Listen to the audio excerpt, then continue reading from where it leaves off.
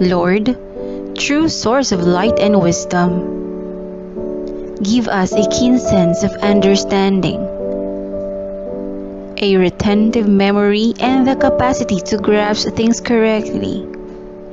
Grant us the grace to be accurate in our expositions, and the skill to express ourselves with thoroughness and clarity. Be with us at the start of our work and study. Guide its progress and bring it to its completion. Grant this through Christ our Lord. Amen.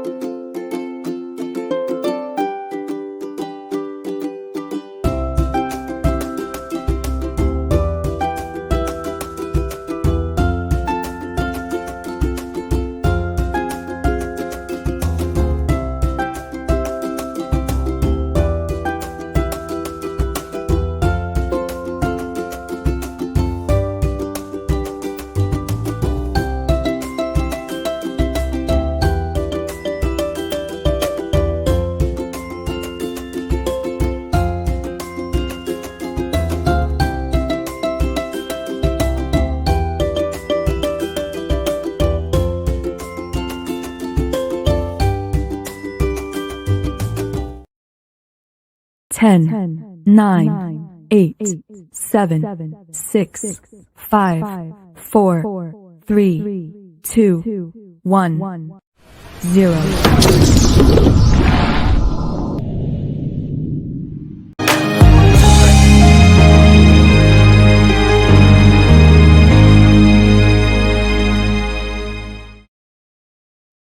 Good day, everyone. I am Marcus Philip Y. Jacob of Grade 3 Compassion. During the celebration of the Science and Mathematics Week 2020, we have this task, Dress Up as a Scientist, which aims to develop us physically by sharing knowledge about the roles of a scientist in our society. What I did was Alexander Fleming, a well-known scientist who discovered the penicillin, which saved millions of lives. From this performance task, I learned the core value of agent of social transformation. I now understand how scientists work and how they help our society. Thank you.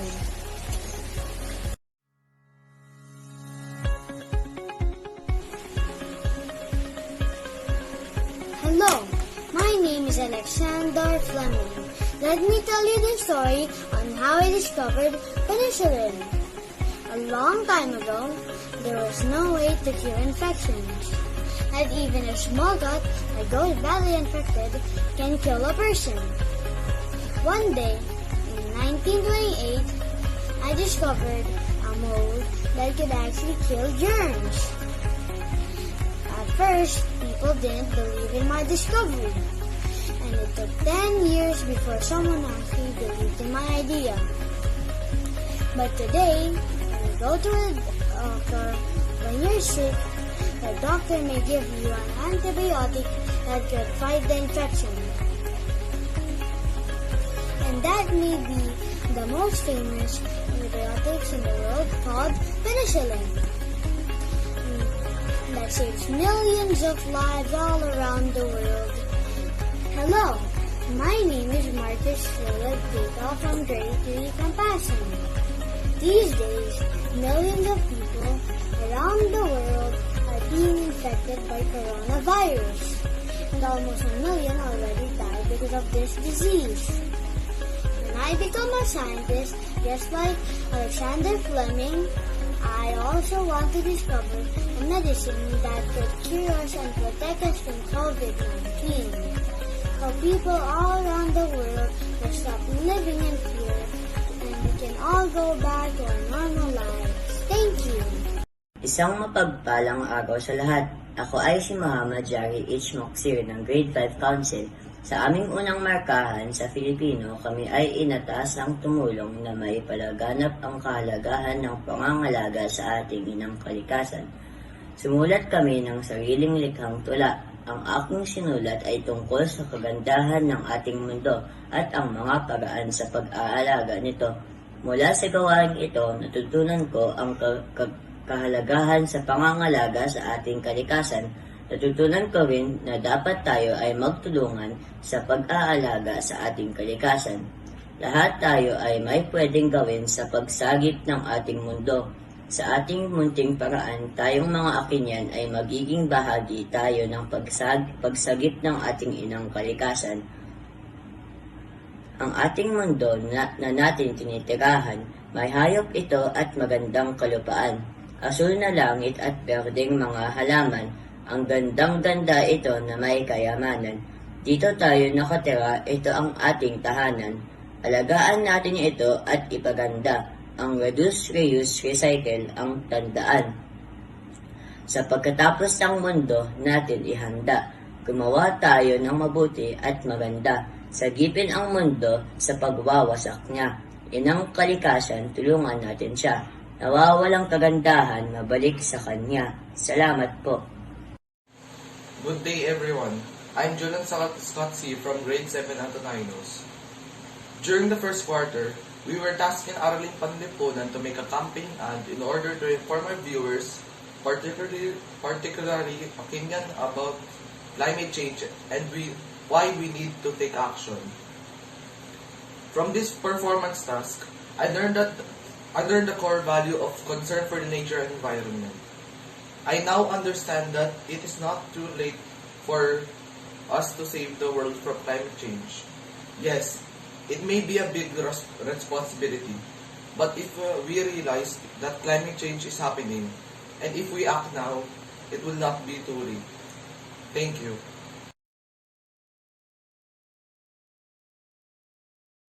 Oras. Yan ang kalaban natin pagsupod ng climate change pag hindi natin ito nasolusyon. Hindi natin namalayan na taon na lumilipas at grabe na epekto ng climate change sa ating mundo. Ang climate change ay pagbabago ng klima sa panahon dahil sa pagtaas ng greenhouse gases na nagpapainit na sa mundo.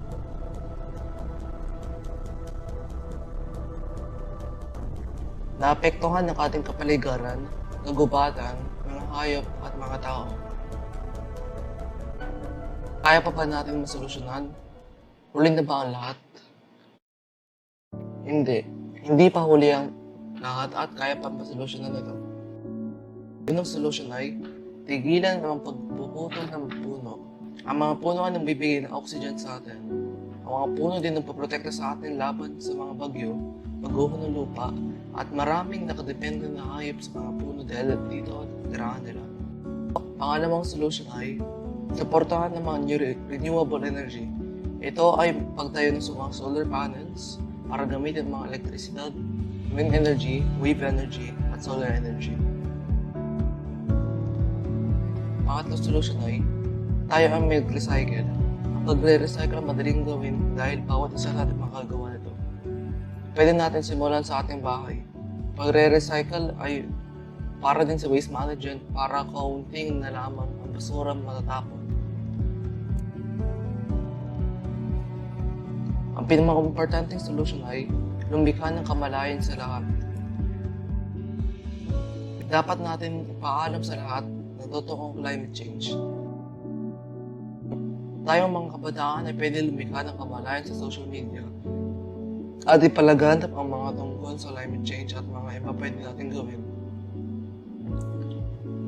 Kung tayo magtulong-tulong, magagawa natin ng paraan para masolusyonan ang climate change. Pwede natin mapagalin ang mabilis na apekto nito.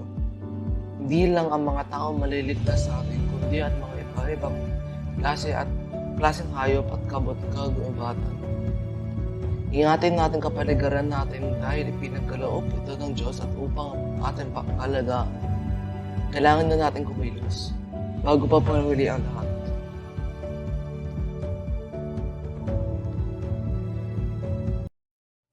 Good day, everyone. I'm Gabriel Julio Paez from 10 St. Hyacinth. During the first quarter of the school year 2020 to 2021, we were tasking the subject of arts to imagine an image of a mother in our own society, in which we have then to apply the characteristics of Impressionism, Expressionism, abstract arts, Surrealism, and pop art. As this is our lesson for the first quarter, this whole activity's purpose is to show the love and undying care of a mother. What I did was with a sketch of Mother Mary hugging the old earth as shown in the drawing. My own purpose to this drawing is to show how Mother herself, her love, care, and affection to the whole world. With this, it applies to every mother. A mother shows herself of loving and caring and being powerful around people that surrounds her. This also shows that being a mother shows what it takes to face many situations, and at the end, we'll always make it right. And this is how I imagine our mother in society. From this performance task, I learned the core value of joy and compassion. I now definitely understand that having compassion with arts is one way to appreciate one's work and the ability to do a specific masterpiece. Good day and thank you.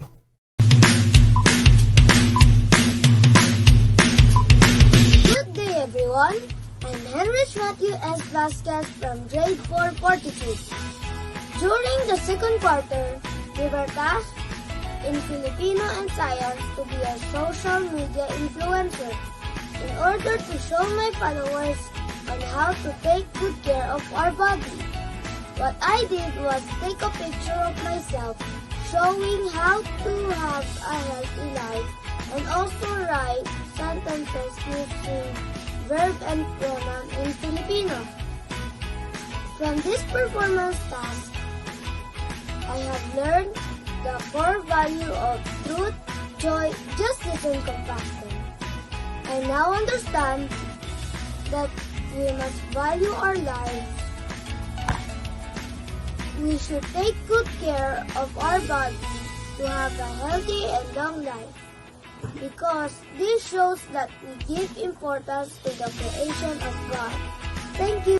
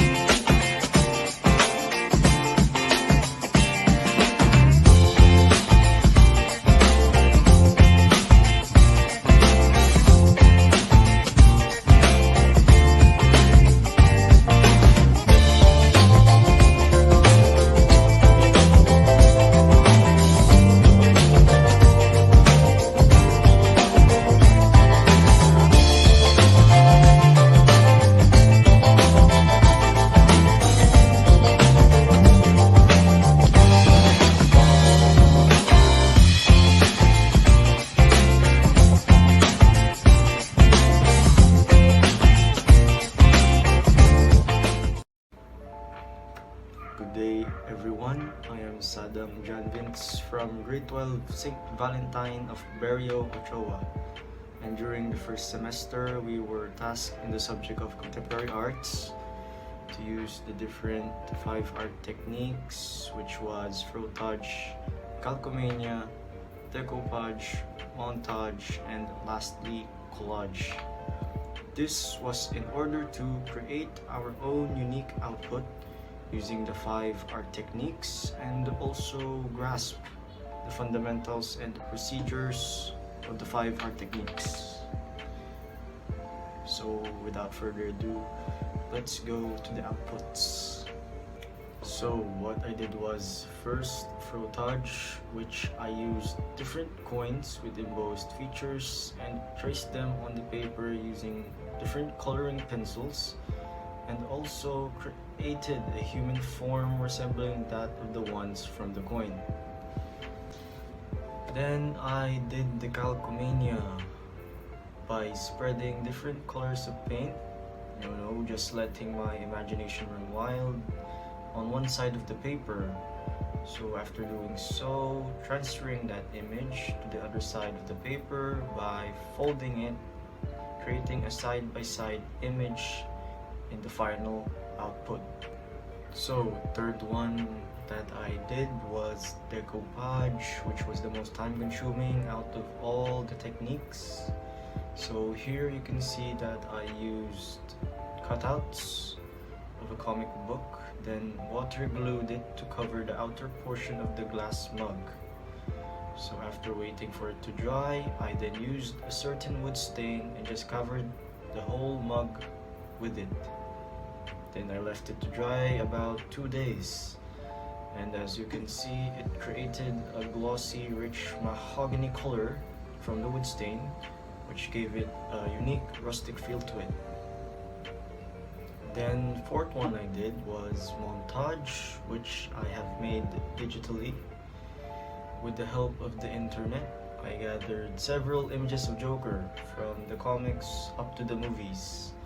And after doing so, I minimized and overlapped all the images into one giant image of Joker from the recent movie Joker, which was played by Joaquin Phoenix. Then lastly was collage, which I also made digitally. Here you can see crop outs and edits of images of my classmates, former classmates, friends, and also the logo of the school. So the idea was based off of the Avengers movie franchise, referencing the movie poster of the Avengers Endgame. From this performance task, I learned the core value of truth, joy, justice, and compassion, which I now understand that you can create wonderful, meaningful, and unique things as long as you are having fun and is enthusiastic about it. Thank you very much and have a good day. Good day everyone, I am Wine Obnyal from grade 8 St. John. During the second quarter, we were tasked in Christian Living 8 to write a PowerPoint presentation, brochure, or poster that promotes holy vocation into the church in order to promote the vocation to priesthood or religious life to the youth. So what I did was a brochure that contains the goal of the Holy Spirit Parish Vocation Ministry and the percentage of pastors why they leave the ministry, and lastly, the 8 ways on how to promote vocation. From this performance task, I learned the core value of truth and joy. I now understand that we should promote vocation because promoting vocations is the responsibility of all of us. Many times we think it is only the duty of the priests, religious, and vocation directors to promote vocations, but that is not true.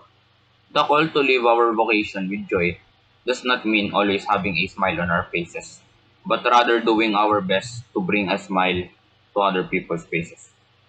The joy is in doing the will of God within our life, and what that involves is loving God and our neighbors. This is the joy that fosters holy vocation within our family, church, and society. Thank you.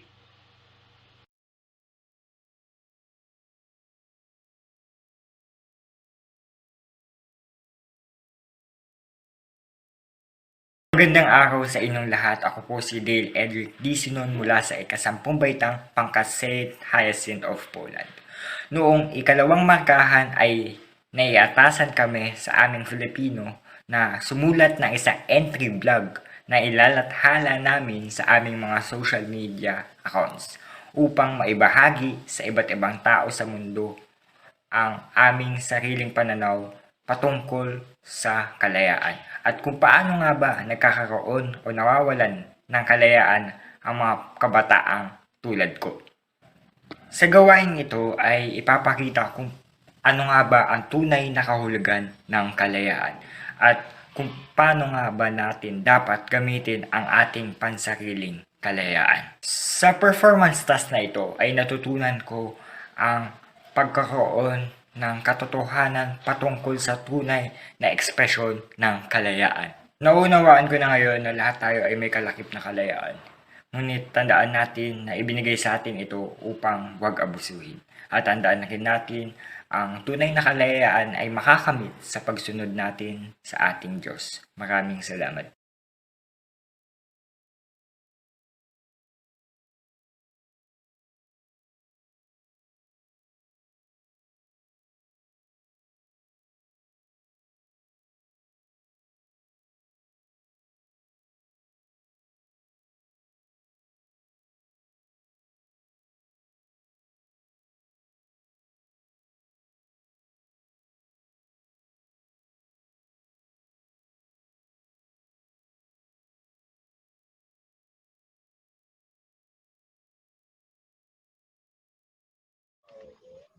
Good day, everyone.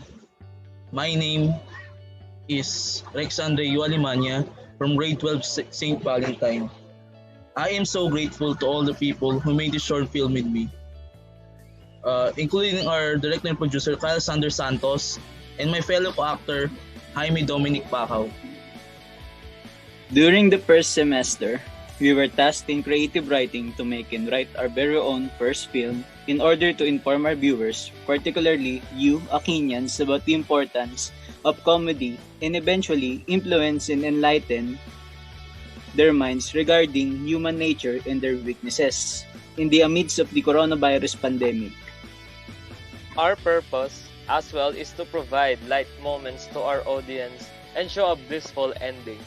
What I and my groupmates did was write a script about comedy play and the ways of characterizing comedy, such as the protagonist should highlight sociability, manifest a distinct comical traits, and portrays a certain role, like the misanthropy in its plot. Its plot is composed of misinformed personalities, coincidence, and unlikely concealment.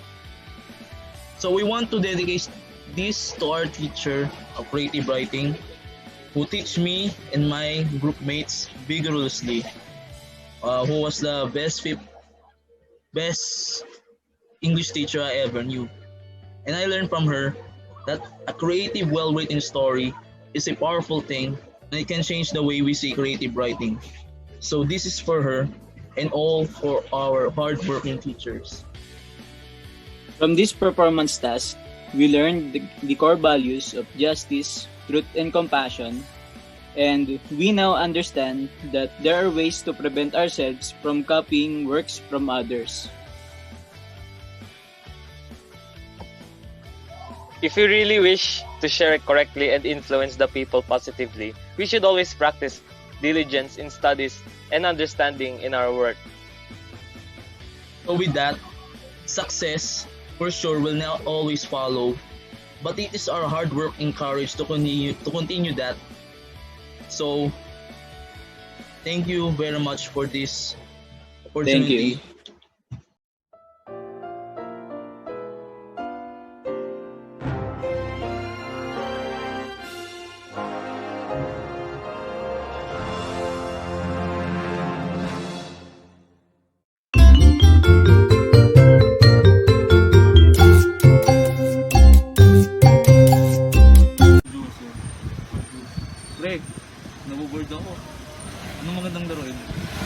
ba mag-computeran o bilyaran?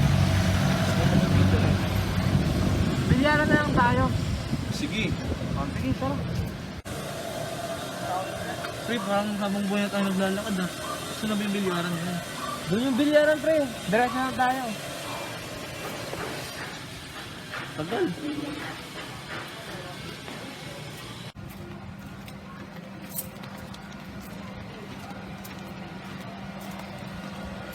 Diba? Pre, doon tayo. Kaliwa. Isak yan. Paano yun? Hindi ah.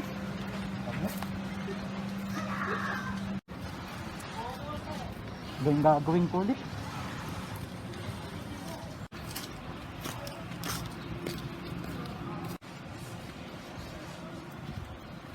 Uy, uy! May pera! Uy!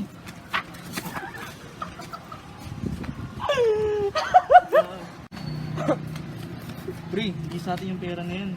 Balik natin sa totoong may-ari. Ah, hindi naman natin nakita yung mayari. Ngayon yung totoong may-ari. Hindi ka dun, oh.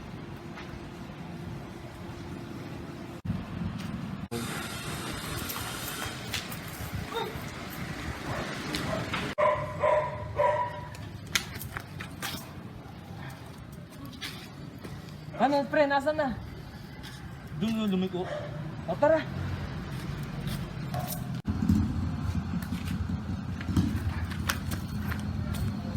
Ano, pre? Ano na ba? Ayun, parang lumiko, no? Tara.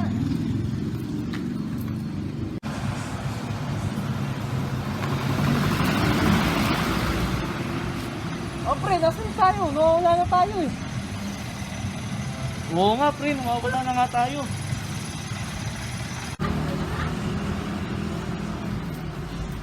Pre, umikot lang naman tayo. Sabi sa'yo, bilyar na lang natin to eh. Hindi na nga. Huwag na natin natin. O, tara na.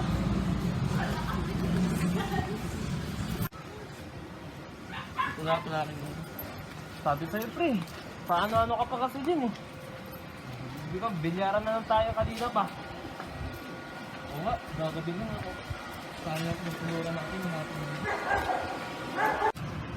So, dito na rin tayo. Kuya, 2 oras. Ha? Ano po yun? Go. Oh.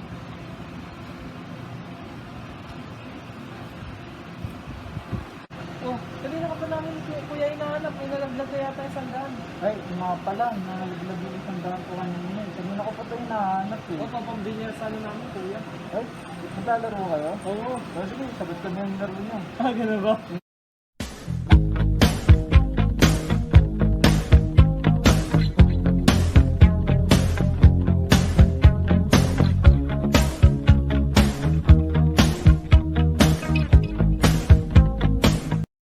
Hey everyone, I am Shana Sisor from grade 9 St. Francisco de Capillas.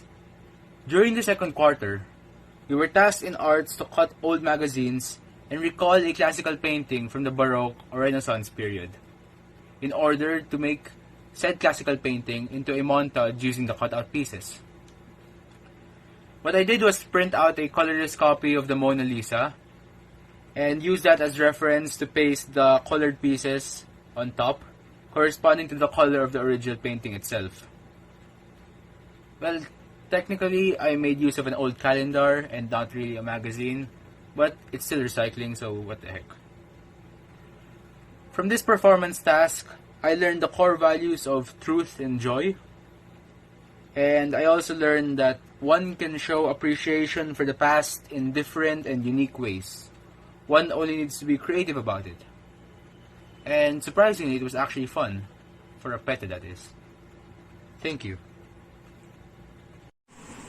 Good day, everyone. I am John Dylan Almario from grade 4 Fortitude. During the second quarter, we were tasked in TVE to plant an ornamental plant or vegetable plant and record our observations in order to practice our planting skills as said in our lessons. What I did was plant a petchay seed and record my observations and take a picture of the plant every day in order to create a journal. This is what my plant looked like when it was in day 1. when we first planted the seeds. And this is when the plant is in day 19. You can see it has quite grown. And then this is what it looked like on day 34. It now looked big and healthy. From this performance task, I learned the core value of joy. I now understand that plants are a gift from God that we should take care of, and that plants are something that we need in our everyday lives. That was all in Take 3. Good day, everyone. I'm Jocelyn Barrios from Grade 7 St. Antoninus. During the second quarter, we were tasked in Araling Panlipunan to create a video presentation in order to advocate the historical background of our beloved heroes and show their sacrifices and good deeds in our society. What I did was a presentation about Gregorio del Pilar, for he is one of the bravest and youngest generals of the Philippines, with the quote, "No sacrifice can be too great." From this performance task, I learned that the Aquinas core value of compassion. I now understand that in conflict or in war, it is necessary to forget who you are and what you are fighting for. Hero who passionately give peace, love, and justice must reminisce by youth and students. Thank you.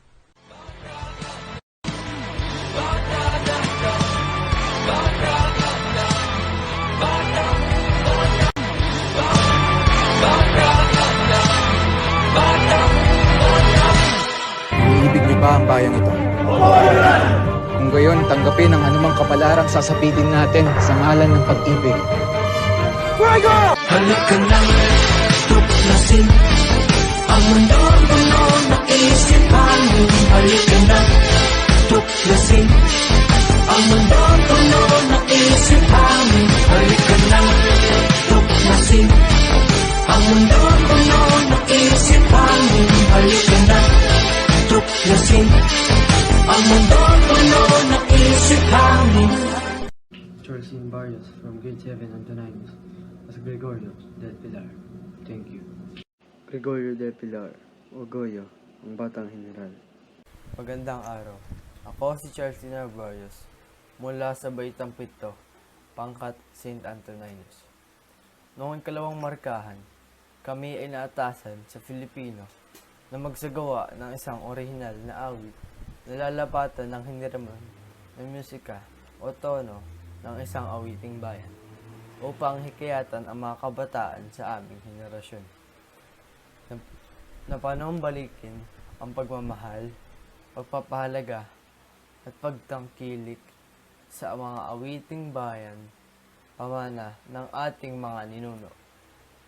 Sa gawaing ito, ginamit ko ang lengguwahe ng kabataan upang lalo kong maipabatid sa kanila ang aking layunin. Mula sa performance task na ito, natutunan ko ang magpahalaga sa kayamanan at pagkakakilanlan ng ating bansa. Naunawaan ko na ngayon na ang anumang pamana ng ating lahi ay patuloy na lalago at makikilala kung ang mga ito ay hindi mahihinto na mapagsalin-salin sa bibig ng bawat kabataan sa iba't ibang henerasyon. Bilang Pilipino, ugaliin nating mahalin, ipagmalaki at tangkilikin ang sarili natin. Maraming salamat po. Mga kabataan, halina't kumanta, malungkot masaya, ating libangan, ating paglilingkin, awitin ng bayan, huwagan saan, at ating aralin. Gumising ka, totol, nasali ng ritmo, aralin ituloy, iba't ibang liriko. Huwag nating hayaan, tumutas na wala, o layo kumintang, yun na galit iba pa. Aking pinagmamalaki, bawal tugtugin, kaya higit, iyon na simula, magandang awitin, iyong pag-aralan, siguradong ikaw ay hindi magsisisi. Good day everyone, I'm Luigi Clark from grade 9 St. Francisco. During the second quarter, we are tasked in arts to create a montage on a painting we chose. In order to achieve this goal, or task rather, I want to coordinate one of the Kenyan values in my performance task, which is concern for nature and the environment. So what I did was I gathered all the old magazines that are lying around my house and rip out the pages that has the same color palette as the painting I chose, which is Starry Nights by Van Gogh. As I start ripping them into pieces and about to paste them on the paper, I realized I was missing one material, which is glue. And at that time, I wasn't able to buy any glue because we're currently in quarantine. So I thought of an alternative to use rice as a replacement. And I was actually impressed of the outcome, and it turned out to be decent. From this performance task, I learned to be resourceful and also to think outside of the box often. And I understand to be creative and also to be cautious about our environment. Stay safe and thank you. Good day everyone. I am John Michael Art Brian A. Assis from grade 10 St. Hyacinth. During the first quarter, we were tasked in arts to think an image of a mother in our society, then apply the characteristics of Impressionism, Expressionism, abstract arts, Surrealism, Cubism, and pop arts in order to show the love and untiring care of a mother. What I did was, I draw the figure of a mother in labor using abstract art elements portraying the use of visually strong shapes and proportions. From this performance task, I learned the core value of joy and compassion. I now understand that expressions can be portrayed as a form of art, and through visual organizing and compelling messages, we can share what we cherish with our eyes. Just as artists who paint various fun or serene objects, we too can use these media to give importance to things such as our genuine love for our mothers. Thank you. Good day, everyone. I am Enrique C. Encarnacion from 10th St. Hyacinth. During our second quarter, we were tasked in our subject English to make a video output in which we then have to think about a certain topic and uphold the value of respect while affirming and or negating ideas and proposed resolutions to solve pressing issues and conflicts among individuals or groups. What I did was studied and educated myself about this certain topic, which is about racism and how Black Lives Matter became a huge problem globally. I had to write myself a paragraph explaining a short backstory about racism and how Black people were being treated differently by different people. And later on, I executed this through an oral speech. From this performance task, I learned the core value of truth and justice. I now understand that holding a certain topic's respect while also affirming and negating ideas, as this is also the purpose to solve issues and the conflicts among individuals. If proving yourself right, we definitely should know that we should negate different ideas. And this is also one way to prove justice in your own hand. Good day and thank you.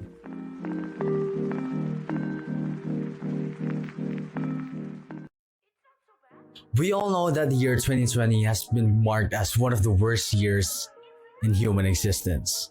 It has caused us world chaos, many deaths, and we all can say that 2020 is a whole tragedy. But there is one I will not consider as popular or trending. But we all know that police brutality has been one of the biggest issues, and it still is. Rest in peace, George Floyd and all the innocent Black people who suffered the wrongdoings of a police officers. From the States to Europe, heaps of people have been protesting to show that being an oppressor is wrong. Quote unquote, if you are neutral with situations of injustice, you have chosen the side of oppressor.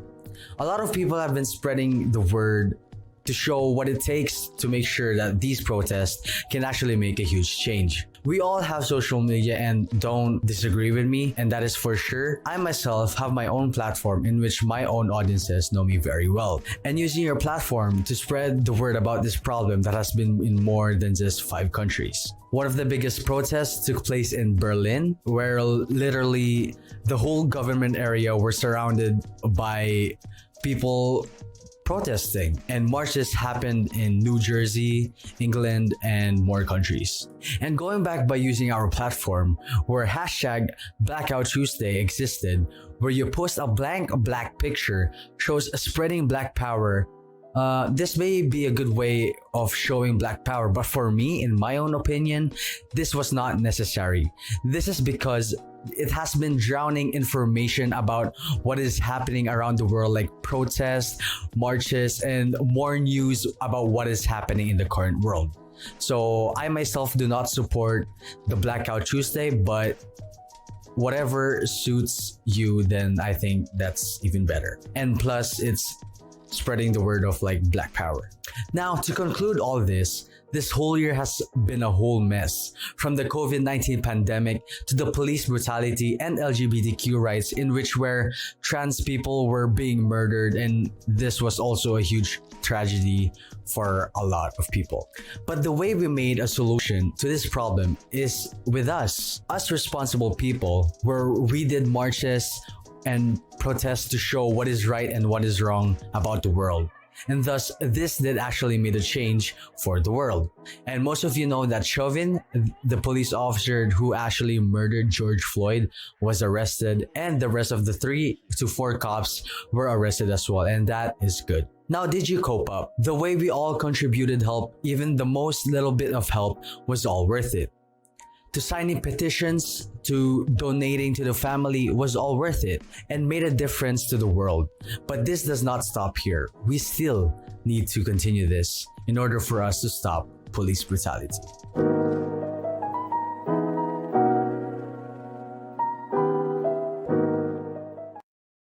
Good day everyone, I am Gian Marquez from Grade 12 St. Valentine Barrio Ochoa. During the first half of the first semester, we were tasked in the course Media and Information Literacy to create a video log, or better known as vlog, in order to raise awareness on various societal issues that we are facing at present, using media together with proper and factual information. What I did was a vlog tackling misinformation during a natural calamity, particularly typhoons. I explained the basics in monitoring typhoons while also filtering information and updates being received online in order to prevent misinformation and fear-mongering to the general public. From this performance task, I learned the core value of truth. Nowadays, truth is an essential value that each of us must possess, given the rampancy of fake news and misinformation, especially in the field of media. It is with truth that we are able to set things right and embody competency in producing and using the various forms of media. I now understand that the many forms of media have indeed helped us know, create, and share information more easily.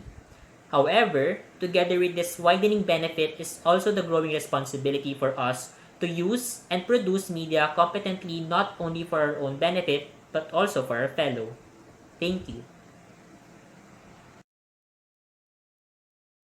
Hello, good morning, educators! It's your boy Gian, member of the Alagad ng GIA sa Aghamat Teknolohiya o Angat PH, and I am here with you on our very first vlog episode. Before we get right to the center of everything, or should I say, to the center of a typhoon, I would just like to give thanks to our subscribers and those who will view this vlog once it's out. Your continuous support will help us in fulfilling our goal to educate the population and make them competent and responsible citizens no matter the medium they are in. Now, without further ado, let's get down to business.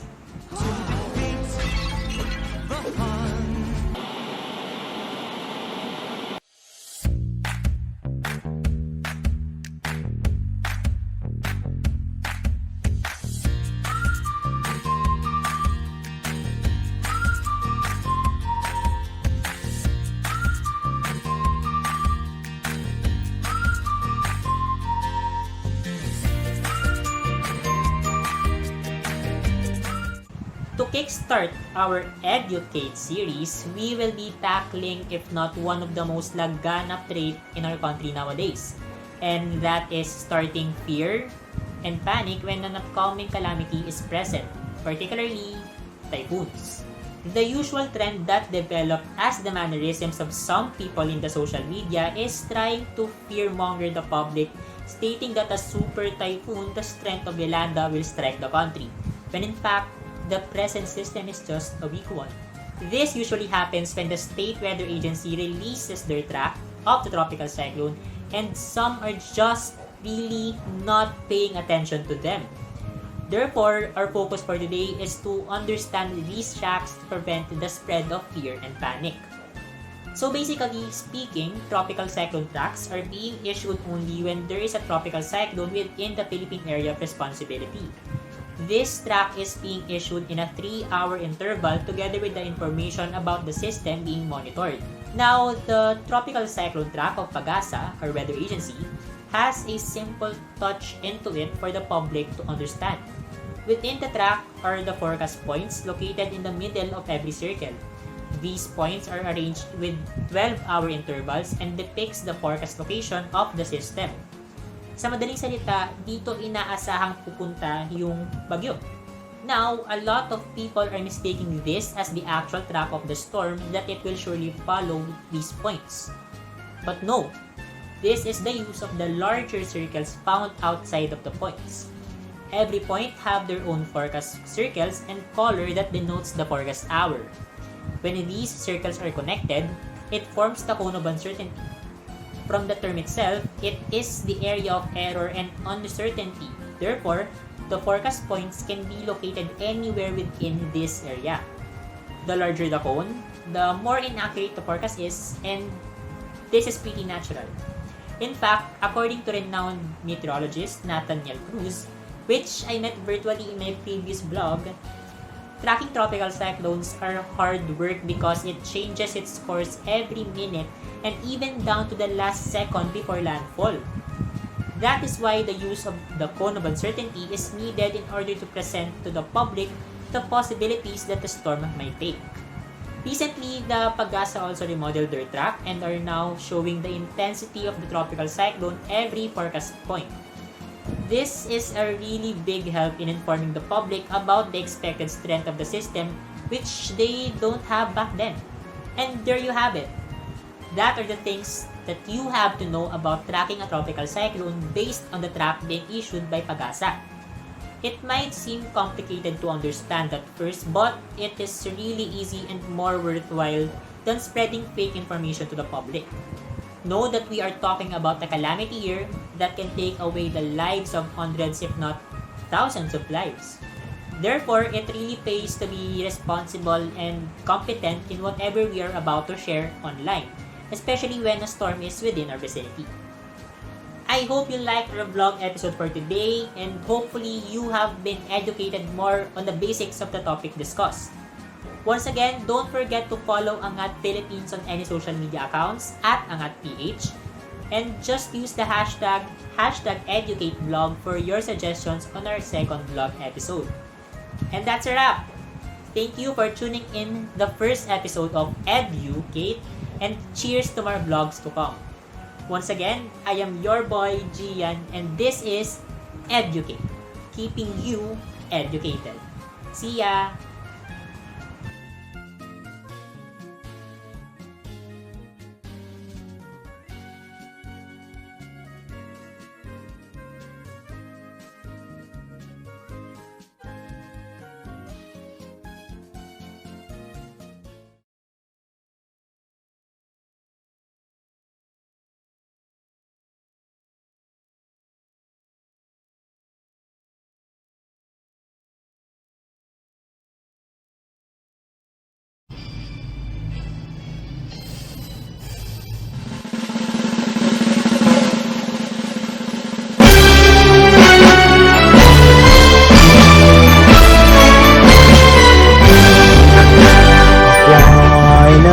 So join us with voices glad to sing a praise to you. We hail you and thank you for for shedding light on our life that ways. The sun so glorious shall be the guiding sun in years and days. That shall forever be a light to guide us back to God. Aquinas, lead us on our way. Be our ideal and keep us in the loving care. We'll alma mater, we'll loyal, brave and true. Once and forevermore, that should be to you.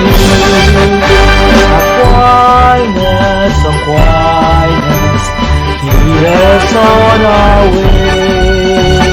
Be our ideal and keep us in the loving care. We're all matter. We're loyal, brave and true. Once and